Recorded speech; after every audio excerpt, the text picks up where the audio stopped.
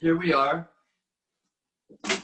First of all, I pay my obeisances to all the devotees, and especially thank you for inviting me to this wonderful Mahotsav you're having here, the Radhastami Mahotsav. 30 years ago, I attended a class in Soho Street Temple. Shivaram Maharaj gave the class, and it was such an astounding class.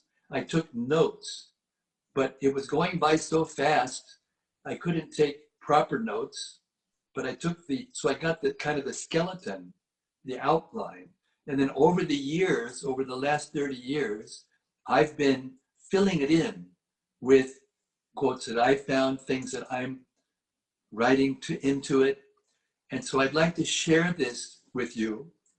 It's 60 pages. Do you think you have the rest of the day? Probably not. I'll just read as much as I can in the hour that we have. Priya Kund, is that okay?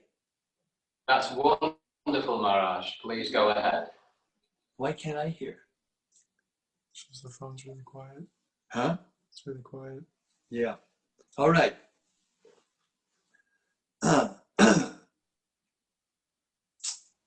Radhe Jaya Jaya, Madhava Daite, Gokula Taruni, Mandala Mahite, Damodara Rati, Vardhana Veshe, Hari Nishkuta Vrinda Vipineshe, Rishabhanu Dadi, Navashashi Leke, Lalita Saki Guna Ramita Vishake, Karunam Kuru Mai Karuna Borite, Sanaka Sanatana, Vanite Charite, Jaya Radhe. Krishna Taba Punya Habibai, E Punya Kuribe Jabe, Radharani Kursi Habe, Dhruva Ati Toma Toy. I emphatically say to you, O brother, you will attain your good fortune from the Supreme Lord Krishna only when Srimati Radharani becomes pleased with you. This is the refrain from the prayer to the lotus feet of Krishna by Srila Prabhupada, written on September 13th, 1965. These were the first words penned by Srila Prabhupada to the people of the West, written on board the ship Jaladuta just before he disembarked to begin his monumental preaching mission. Who can estimate the potency and significance of these words? Srila Prabhupada explained to us that his father, a pure devotee himself, prayed to all the sadhus who came to his house that his son Abhay Charan would become a great devotee of Srimati Radharani. How could the Lord refuse? By invoking the mercy of Srimati Radharani, Srila Prabhupada ensured the success of his mission, because Krishna cannot refuse the request of Sri Radha. When Srila Gorakishore Das Babaji initiated Srila Bhaktisiddhanta Saraswati Thakur, the beloved spiritual master of our Srila Prabhupada, Das Babaji gave him the name Sri Varshabhanavi Devi Dayita Das, the servant of Srimati Radharani, the daughter of Rishabhanu. Srila Prabhupada was certainly passing on to the world the mercy given to him by these most influential personalities in his life. These relationships were hardly coincidences.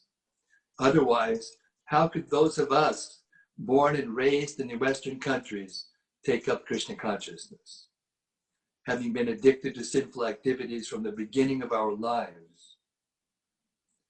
The simple answer is that we received the grace of Srimati Radharani through the grace of Srila Prabhupada. Out of feelings of extreme gratitude, it is our duty, therefore, on this most holy days, Sri Radhastami, to glorify Srimati Radharani to the best of our limited capacity. Without the blessings of Srimati Radharani, no one can please Krishna, because she is the internal pleasure-giving potency of the Supreme Lord. Our ability to understand Sri Radha Krishna comes from Srila Prabhupada, the pure representative of the previous acharyas. Srila Bhaktisiddhanta Saraswati Thakur, in response to a devotee who pointed out one big businessman doing a Dandavat Parikrama around Radha Kund, said, yes, he worships Radharani because she is dear to Krishna, but we worship Krishna because he is very dear to Radharani. The attempt to understand Sri Krishna or Srimati Radharani without going through Sri Chaitanya Mahaprabhu is a breach of etiquette and is against Vaishnava Siddhanta. That means conclusion. Sri Krishna Chaitanya Radha Krishna Nahe Anya. Sri Krishna Chaitanya Mahaprabhu is the combined form of Radha and Krishna together. Mahaprabhu is Krishna with the complexion and mood of Srimati Radharani. And as Sri Sarup Damodar Goswami has said, Chaitanyakyam prakatam aduna tad dvayam chaikyam aptam. Radha and Krishna assume oneness in the form of Sri Chaitanya Mahaprabhu. Should we think about or speak about Srimati Radharani when we are not in a pure condition? From any position, we should think and talk about her. The more our minds are absorbed in Krishna and his eternal associates, the more our path back home, back to Godhead, becomes clear. In his introduction to the Krishna book, Srila Prabhupada points out that everyone in the material world is suffering from this horrible disease, Mr. Lust, as he called it, sex life. He points out that if someone simply reads about the pastimes of Krishna with the gopis, specifically the rasa dance, then he'll be freed from lust.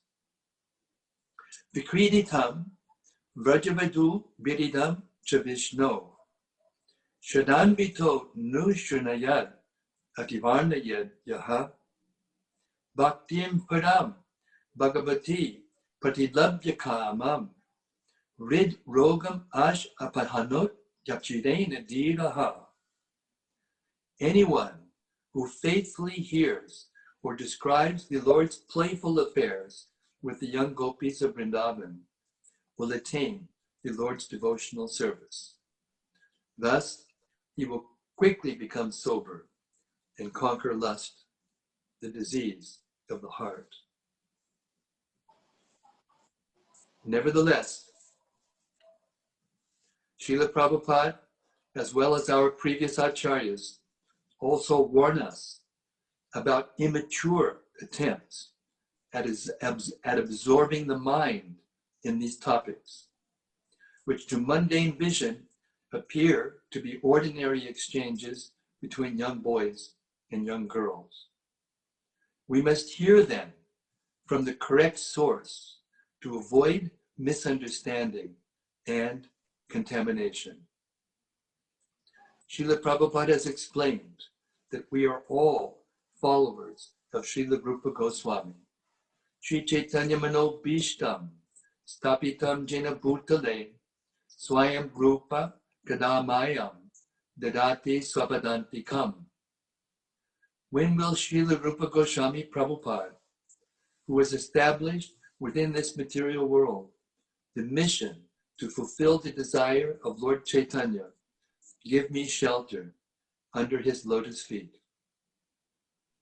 Glorification of Srimati Radharani is the essence of all transcendental knowledge, but the topic is very rarely revealed in Vedic literature. Even Shukadeva Goswami hesitated to speak about Radharani, who is his own spiritual master, for fear of becoming too ecstatic to finish reciting Srimad Bhagavatam to Maharaj Parikshit in only 7 days. That means that his worshipable mantra was Radha. So if he said that, he would get too ecstatic, wouldn't be able to finish the Bhagavatam, which was his mission for the whole world. So he refrained from saying her name directly. The Goswami sacrificed his own ecstasy to ensure that the world would receive the entire Srimad Bhagavatam to enable us to understand the position of Srimati Radharani. Nonetheless, our acharyas have pointed out that Radha's name is hidden in Srimad Bhagavatam, which describes that at the time of the Rasa dance, Krishna left the arena to go off with one specific gopi. Srimad Bhagavatam 10, 30, 26, and 28 through 28 describes this. Tais tai padais tat padavim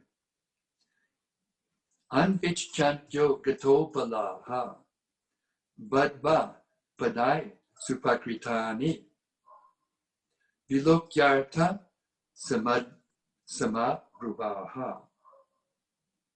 samabruvan. The gopis began following Krishna's path, as shown by his many footprints. But when they saw that these prints were thoroughly intermixed with those of his dearmost consort, they became perturbed and spoke as follows. Kasya padani chaitani yataya nandasunana angsha nyasta prakoshtaya karino karinayata. The gopis said, here we see the footprints of some gopi who must have been walking along with the son of Nanda Maharaj. He must have put his arm on her shoulder, just as an elephant rests his trunk on the shoulder of an accompanying she-elephant. Anat ya radito nunam bhagavan harir ishwaraha yanno vihaya govinda prito yam anayat raha. Certainly, this particular gopi has perfectly worshipped the all-powerful personality of Godhead Govinda, since he was so pleased with her that he abandoned the rest of us and brought her to a secluded place. Shukadeva Goswami was worried whether or not he could finish the important task of narrating all 18,000 shlokas of Srimad Bhagavatam within the limited time dictated by the curse against Maharaj Parikshit. When he reached the 10th canto, especially the parts describing the flute song of Krishna and the effect it had on the gopis, culminating in the rasa dance, Shukadeva realized that it would be difficult for him to finish. He might have fallen into trance and lost time.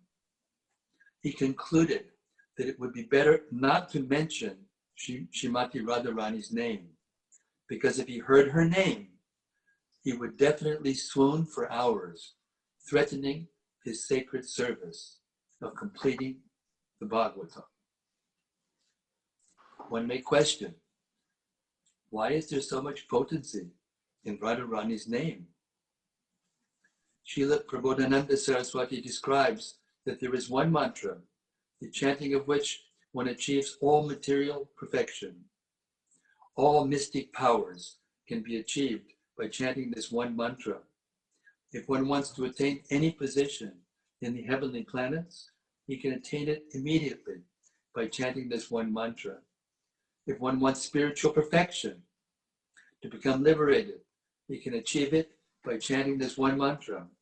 If one wants to attain to love of Godhead in Goloka Vrindavan, he can easily attain it by chanting this one mantra. And if one wants to bring Krishna under control as one's own property, he can achieve it by this one mantra. What is that mantra? Radha. Everything is contained there. Raghunath Das Goswami describes the glories of Radharani, quoting Krishna, who states that even he doesn't know the potency of Srimati Radharani's name.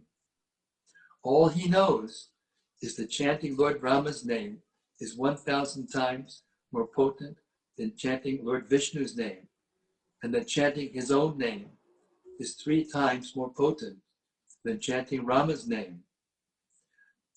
But the benefit one derives from chanting Radha's name, he has no idea.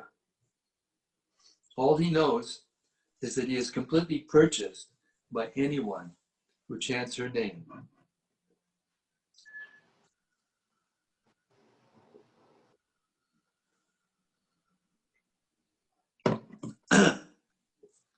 Therefore, when we chant the Hare Krishna Mahamantra, we are approaching Krishna through Radha, Hara. It becomes easier for us to worship Lord Krishna through his transcendental name and to achieve the result, which is pure love for Krishna. Radhe Jaya Jaya, Madhava Dayite, Gokula Taruni, Mandala Mahite, Damodara Rati, Vardhana Veshe, Hari Nishkutta Vrinda Vipineshe, Vishabhanu Dadi, Navashashti Leke, Lalita Saki Guna Ramite Vishake, Karunam Kurumayi Karuna Barite, Sanaka Sanatana Varnite Charite, Madhavadaite. Srimati Radharani is the beloved and the lover of Lord Sri Krishna. Of course, everyone is loved by Lord Krishna, as he states in the Bhagavad Gita. He is the seed-giving father of all living beings. Aham bija pradapita. Still, he points out that his love is not the same for everyone.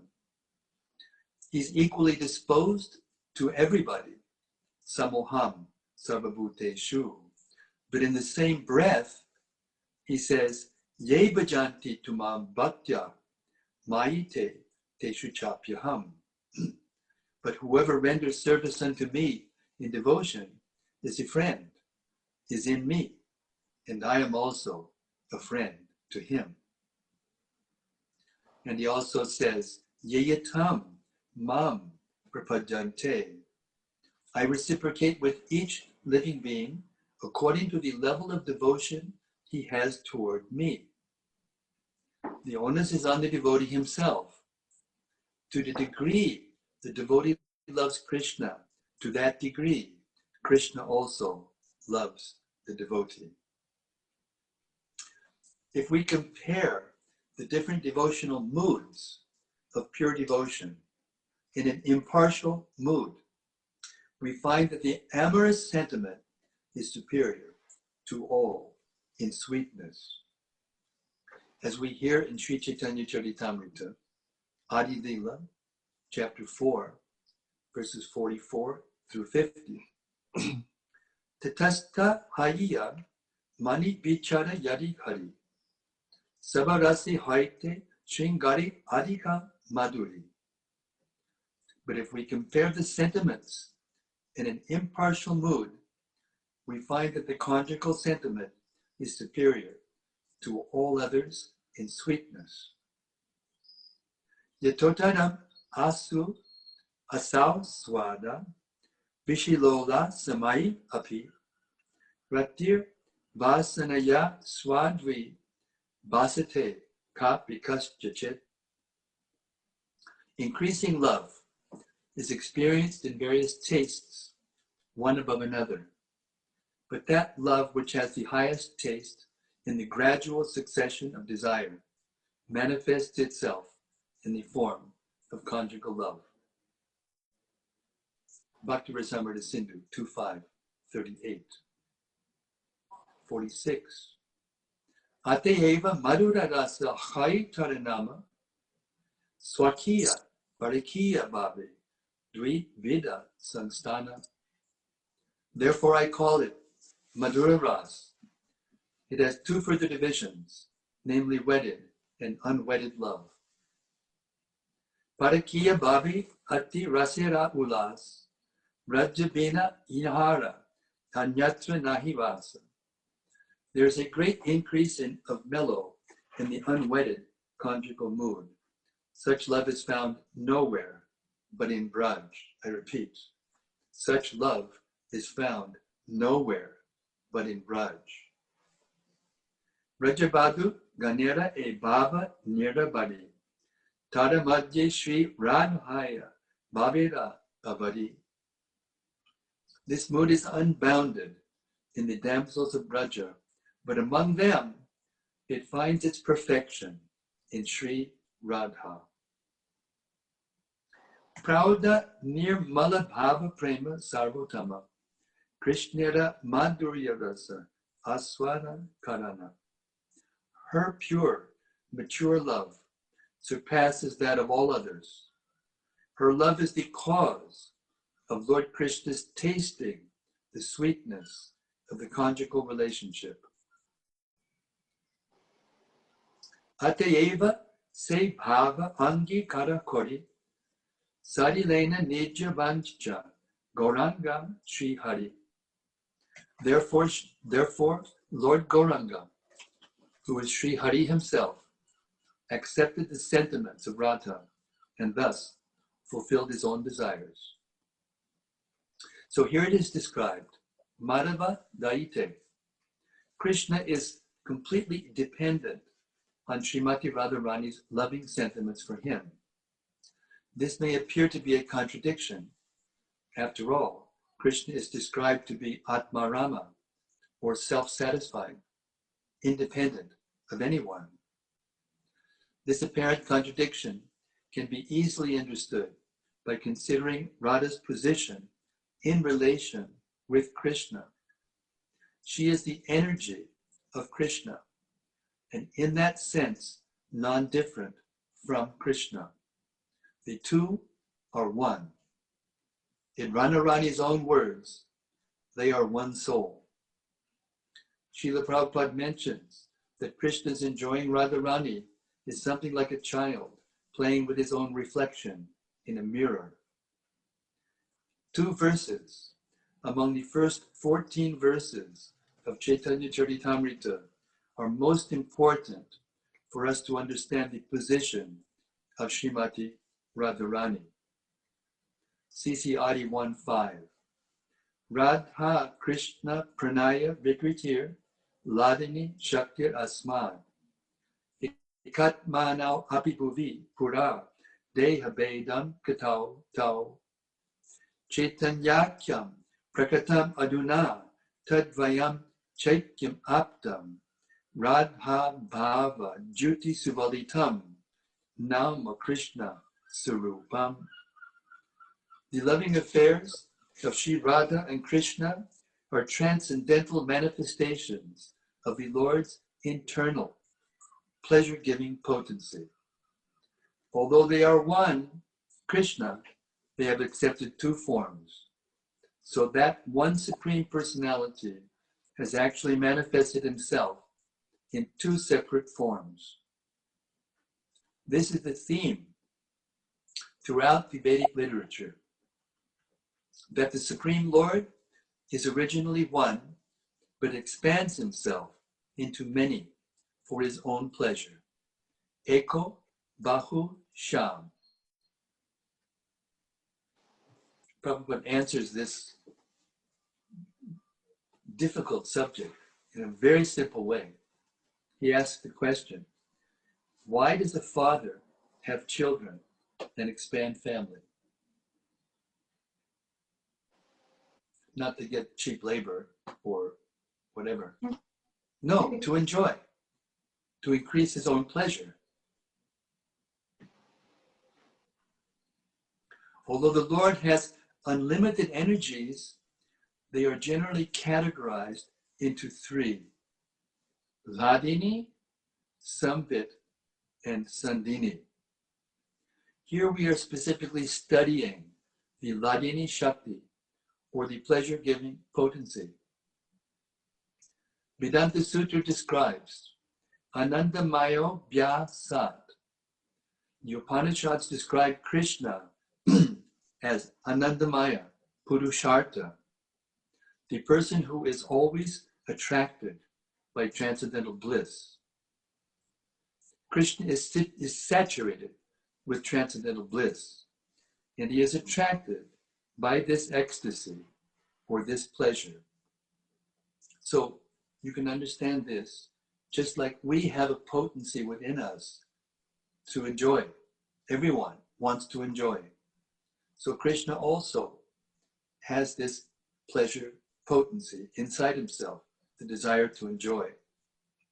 But Krishna cannot enjoy anything outside of himself. So Radharani is his pleasure potency separated from him or made into two forms. And when he wants to enjoy, Radharani is there. We can't imitate that.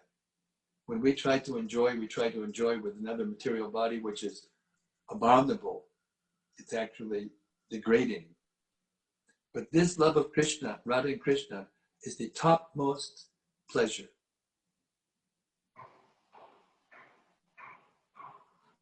Therefore, this Hladini Shakti is the energy that gives Lord Krishna pleasure. When we speak of energy, we speak of a person.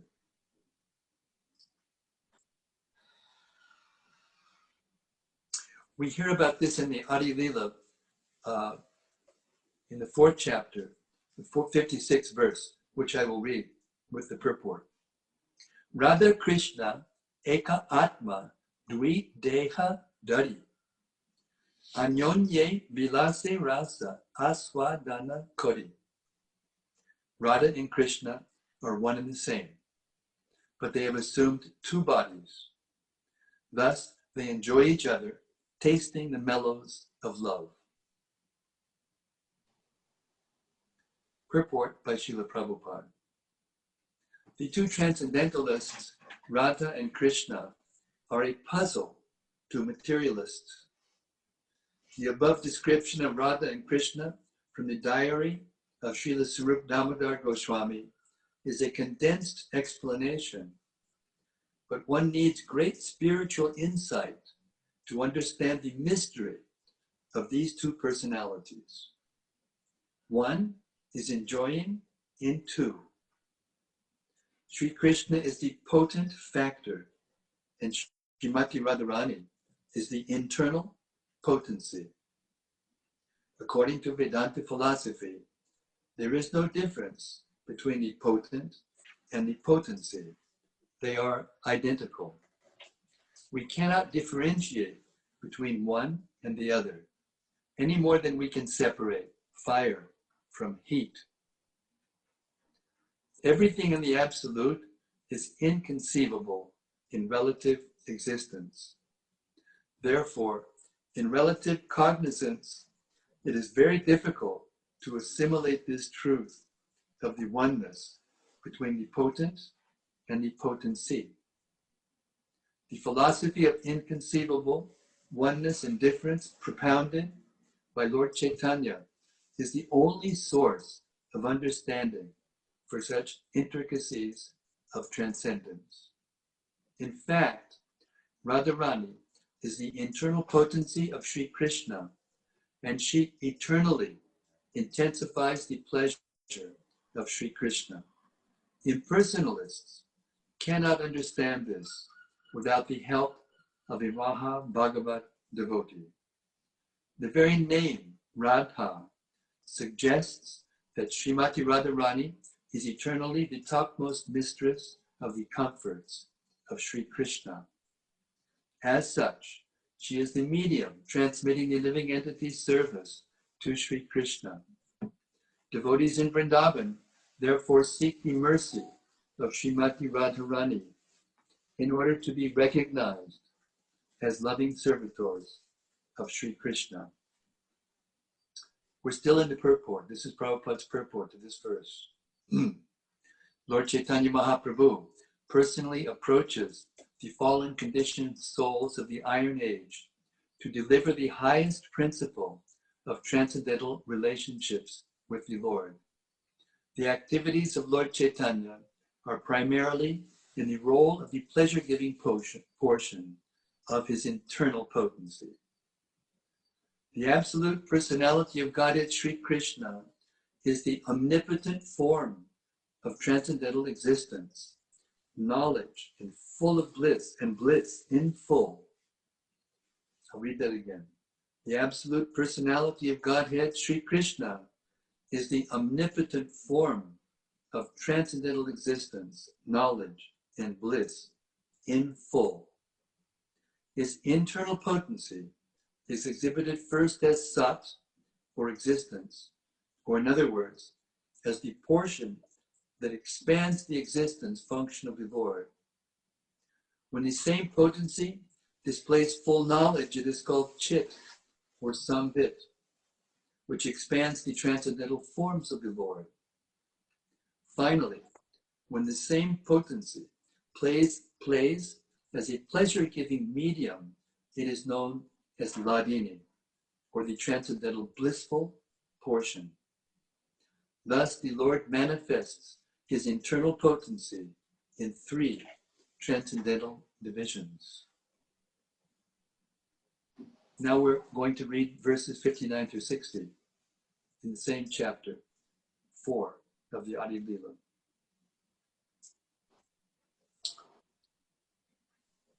Radhika Haina Krishnera Pranaya Vikara Sarup Shakti Ladini Nama Yahara.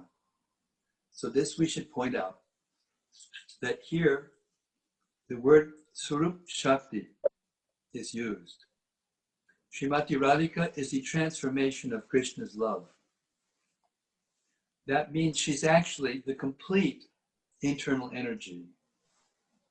And the Ladini Shakti is just an aspect of her total energy, which is the complete energy of Krishna. She's the complete energy of Krishna. But still, she is his internal energy called Ladini. Ladini Karaya Krishna Anandaswadana Ladinira Dvarakari Bhaktyara Poshana. That Ladini energy gives Krishna pleasure and nourishes his devotees. Krishna is therefore bound by and inseparable from Srimati Radharani's reciprocation with him. The last two lines of the Adi Lila, chapter 1, verse 5, describe Lord Chaitanya to be the combined form of Radha and Krishna. And therefore it is easier for us to understand Radha and Krishna through the medium of Sri Chaitanya Mahaprabhu. In fact, it's impossible to understand without going through Chaitanya Mahaprabhu. Chaitanya kyam prakritam adunam tadvayam chaikyam aptam Radha bhava juti suvalitam naumi Krishna sarupam. He has the mood and the complexion of Srimati Radharani, although he is Krishna himself, Krishna Sarupam. The second most important verse, Adi 1:6, for understanding the position of Srimati Radharani, describes the reason for Lord Chaitanya's advent. Through this verse, we can perceive Srimati Radharani's extraordinary features by which she attracts Lord Krishna. Shri Radhaya Pranaya Mahima Kidrisho Vanayaiva Swadyo Yenya Bhuta Madurima Kidrisho Va Madiya Saukyam Chasya Mad Anubhavata Kidrisham Vetilo Band Tat Bhavadya Samajani Shachigarva Sindau Harindu. Desiring to understand the glory of Radharani's love, the wonderful qualities in him that she alone relishes through her love, and the happiness she feels when she realizes the sweetness of his love, the Supreme Lord Hari, richly endowed with her emotion, appears from the womb of Srimati Shachi Devi as the moon appears from the ocean. Three important points come out in this verse. One, Krishna becomes bewildered when he tries to understand his own transcendental qualities. His devotees are actually expert at relishing his transcendental qualities. For example, Rupa Goswami analyzes the 64 transcendental qualities of Krishna. Only Sri Krishna has all 64 qualities, and then again, as deep as the ocean, in other words, unlimitedly. The prerogative of being able to understand and relish these qualities rests with the Vaishnavas.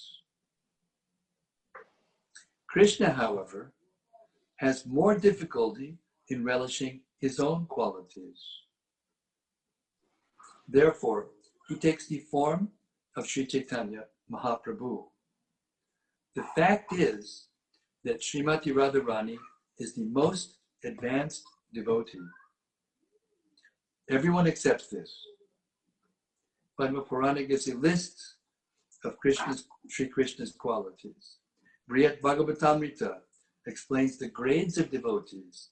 Narada Muni, looking for the most exalted devotee, visits one devotee after another, each of whose service attitude is more intimate, and ultimately comes to Srimati Radharani.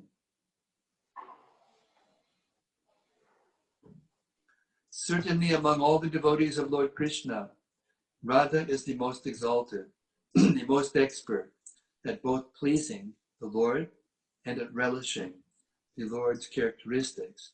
Now, just to help us understand, this is a very difficult point to understand.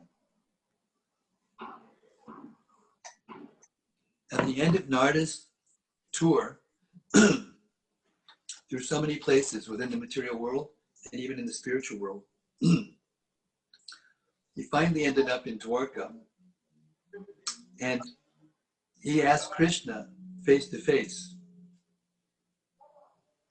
who was the topmost devotee? And Krishna said, Narada, don't you understand? Each one of those devotees you met is the topmost devotee. Each one of them is capable of delivering the whole universe. So this is inconceivable. This is Lord Chaitanya's philosophy of Achintya Bheda Bheda Tattva. And it can be understood through the medium of this conversation between Krishna and Narada. Sometimes when we're giving classes and the devotees think that because Srimati Radharani's the topmost, conjugal love is the topmost, therefore we should all aspire to be gopis. Now, it's not that you can aspire and become a gopi because you've aspired to become a gopi. each one of us has an individual relationship with Krishna fixed. So then the devotees think, well, how is that? We should just all want to become gopis and be with Krishna, and that way we'll give Krishna the highest satisfaction. So then, in order to answer this question, I always ask another question. You know, master asker. You answer the question by a question that points out the answer to the question. So just imagine, try to imagine the spiritual world, Goloka Vrindavan, and there's just Krishna and gopis. There's nothing else. No other forms but Krishna and the gopis. So the question is, could Krishna and the gopis enjoy themselves fully? Without the trees? Without the flowers? Without the Yamuna? Without the cowherd boys? Without the cows, calves? Without the residents of Braj? Hardly. So what this means is that each person in the spiritual world who has his own individual relationship with Krishna, whether it be in a neutral sense, or in the sense of being a servitor, or in the sense of being friend, or in the sense of being a parental figure, or in the sense of being a conjugal lover. All of them feel that completely satisfied. And because in Goloka Vrindavan, everyone feels themselves the servant of Krishna, they automatically feel themselves the servants of Radha and Krishna. Even if they aren't conscious of it, even if sometimes their service is to get in the way, apparently, of Radha and Krishna's relationship, it still adds to the ecstasy of and pleasure of Radha and Krishna. Everything adds to the pleasure of Radha and Krishna. Therefore, everyone shares in that bliss. The basic principle of Krishna consciousness is the service attitude. Therefore, when Sanatana Goswami and Rupa Goswami approached Lord Chaitanya and in all humility, with straw between their teeth, made the statement, people call us great persons, but we don't even know who we are. Please tell us who we are. And Lord Chaitanya's answer was, you are the eternal servants of Krishna. Everyone in the spiritual world, whatever their rasa is, they are feeling themselves the servants of Krishna. And what does Radharani feel? She's the maidservant of Krishna. Even the queens of Krishna in Dwarka, they feel themselves the maidservant of Krishna. When Draupadi was interviewing all the queens of Krishna when they met in Kurukshetra, or maybe it was in Hastinapur, anyway, one of those places, they all related how it was that Krishna, that they got Krishna as their husband. And at the end of each one of their stories, sometimes Krishna kidnapped them, sometimes the father gave them charity, sometimes there's so many different ways. But at the end, their conclusion was, therefore Krishna has accepted me as a maidservant in his house. Of course, Krishna feels like each palace is their house. So, anyway, that's what I tried to understand the delicacies of these relationships. Every relationship is based on service to Krishna, and every servant is completely satisfied. Not that you're a cowherd boy in Goloka Vrindavan and you're looking at the gopis and you're saying, oh, darn it, why couldn't I ever become a gopi? Maybe I can do something, some austerity or something to become a gopi. No, the spiritual world is not like that. In the spiritual world, everyone has attained their spiritual sarups, their vastu cities, their original forms. And all of the relationships, all of the different devotees, together, they create an atmosphere in which that allows Radha and Krishna to enjoy to the max. And it never stops. Every devotee with Krishna is trying to please Krishna. And Krishna and Radharani, they're trying to please their devotees. And there's a competition going on in the spiritual world that never ends. No one is ever the winner or the loser. It's inconceivable.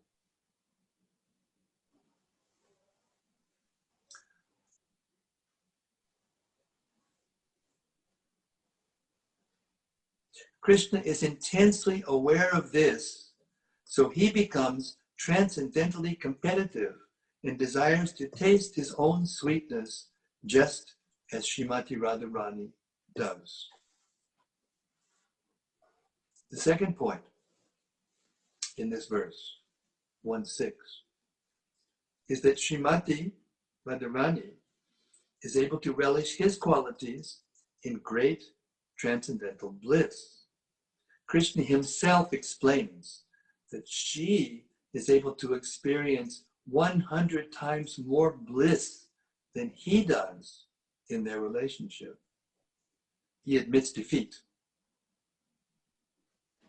She is able to experience greater ecstasy than he is.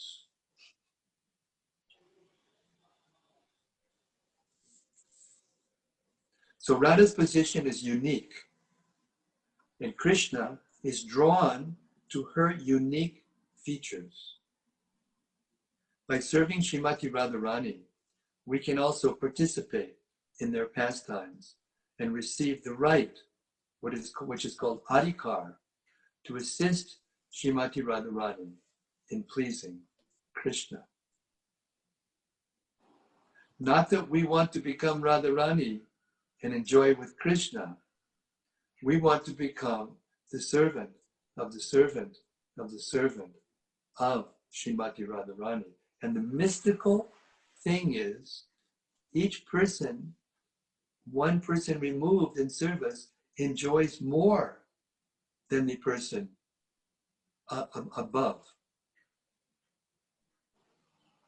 So Radharani experiences more pleasure than Krishna does, and the servants of Radharani experience more pleasure than Radharani does, and the servants of Radharani experiences more pleasure than those servants, and it goes on and on. Therefore, Srimati Radharani's consciousness, her attitude towards herself is that everyone else is a better servant of Krishna than she is. So in her mood, in that mood, Krishna comes into this material world as Chaitanya Mahaprabhu and chases after us just so we can be with Krishna.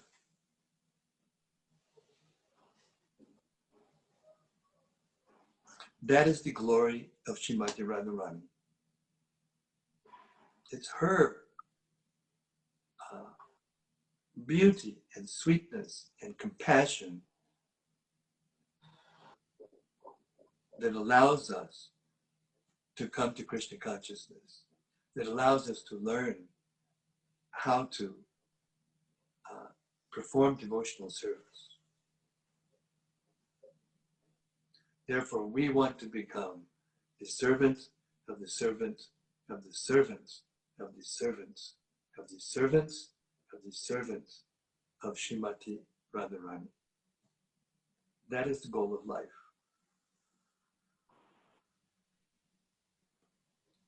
Srila Prabhupada gave us the Tulsi prayer, which we sing every morning. Sometimes people insinuate that Srila Prabhupada didn't give us everything. Well, by reading the Tulsi prayer, we can understand what an opportunity Srila Prabhupada is giving us to enter into the most confidential pastimes of Radha and Krishna.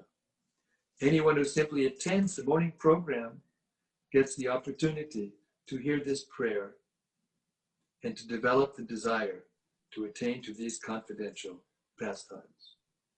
Namo Namaha Tulsi Krishna Prayasi Namo Namaha Radha Krishna Seva Pabo E Abhilasi O Tulsi, beloved of Krishna, I bow before you again and again. My desire is to obtain the service of Sri Sri Radha and Krishna. Ye tumara sharanaloy, tarabancha purnahoy, kripa kori koru, tari vrindavana basu. Whoever takes shelter of you has his wish fulfilled. Bestowing your mercy upon him, you make him a resident of Vrindavan. Mori Abhilas, Vilas Kunji Diobas, Nayane, Hidivo, Sada Yugala Ruparasi. My desire is that you will also grant me a residence in the pleasure groves of Sri Vrindavan Dham. Thus, within my vision, I will always behold the beautiful pastimes of Radha and Krishna.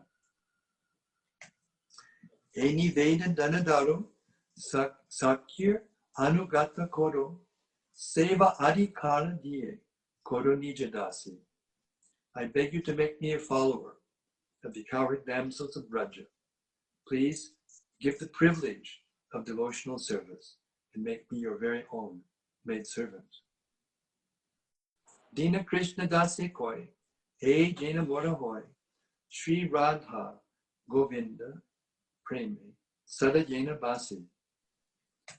This very fallen and lowly servant of Krishna prays, may I always swim in the love of Sri Sri Radha and Govinda. Now, that's 11 pages out of 60 pages. And I don't believe we have time to read all of them. But maybe that it gives us some glimpse, a little glimpse, to inspire us to become more serious in our devotional practices, so that we can enter into pure devotional service in Goloka Vrindavan, to make that our goal. Our goal is not to become better situated materially, to become rich or famous or beautiful or whatever, get followers and security and all those things. Actually, we have to give up all those things in order to be eligible. It doesn't mean that we have to give up physically, but we have to give up the attachment to all those things. And we get that attachment by hearing and chanting the glories of Sri Chaitanya Mahaprabhu, Sri Sri Radha and Krishna, and all of their eternal associates in the spiritual world. The more we hear with faith in the beginning, and devotion, and without argument, having given up envy of one another, and ultimately of Krishna, given up desire for material sense gratification, our desires will rest in the desire to give pleasure to Krishna. And Krishna only receives pleasure through Srimati Radharani. Even when she's making arrangements for the other gopis to be with Krishna, it's Radharani's pleasure that gives Krishna pleasure. So to spread this movement, to distribute Prabhupada's books and the philosophy and the prasadam and the conceptions that are contained within the books. This is the goal of Krishna consciousness, and it is how Srimati Radharani entered this world in the form of Krishna, in his complexion and his mood, and is delivering all of us love of Krishna. Namo Mahavaranyaya Krishna Prem Pradayate Krishnaya Krishna Chaitanya Namne Gora Tvije Namaha. So that mood is the mood of Srimati Radharani. She wants everyone to be with Krishna. That is her life and soul. If we make that our life and soul, to bring as many people as we can, according to our capacity, to the lotus feet of Gornitai and Radha and Krishna, our lives become perfect. And we will taste, according to our capacity, this sweetness of Srimati Radharani's love for Krishna.